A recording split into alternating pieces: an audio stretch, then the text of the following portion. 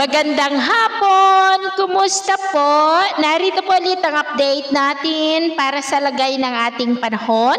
Ngayong hapon po ng April 30, 2026. Sa ngayon po ay patuloy pa rin na easterlies ang hangin na umiihip po dito sa ating bansa. Ito po ay mainit na hangin na nanggagaling po dyan sa silangan o sa Pacific Ocean na may daladala rin po yan na moisture na dahilan po ng pagkakabuo ng mga localized thunderstorm na siya pong nagdudulot ng mga isolated rains sa dakong hapon po at gabi. At sa labas ng ating area of responsibility ay nananatili pa rin na may isang low pressure area sa silangan ng Mindanao.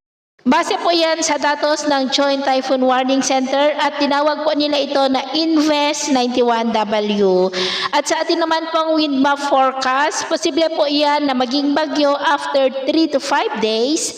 Pero sa ngayon ay hindi pa naman po nakitaan na tatama sa ating kalupaan. Posible po na mananatili lamang yan dyan sa may karagatan at kikilos po paliko.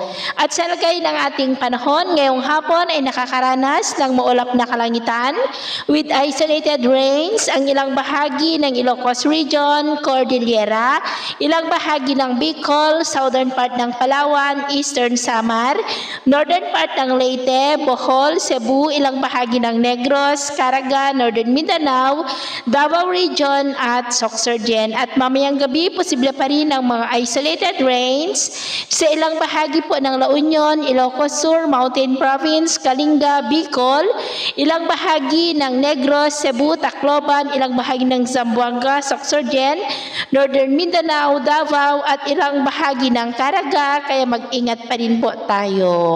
At sa atin naman pong mga baybayin, wala po tayong nakataas na namang gale warning signals, pero iba yung pag-ingat lamang po kung papalaot tayo para po mas makaiwas sa mga sakunang pangkaragatan.